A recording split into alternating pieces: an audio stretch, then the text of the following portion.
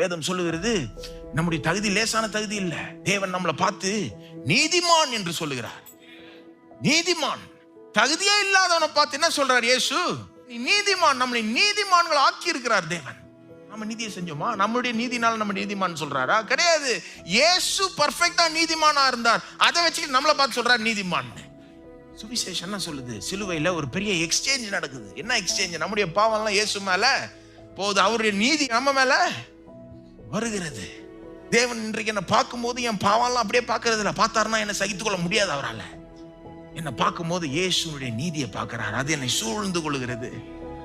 அப்போ உங்களை பார்க்கும்போது எப்படி பார்க்கிறார்? நீதிமான்.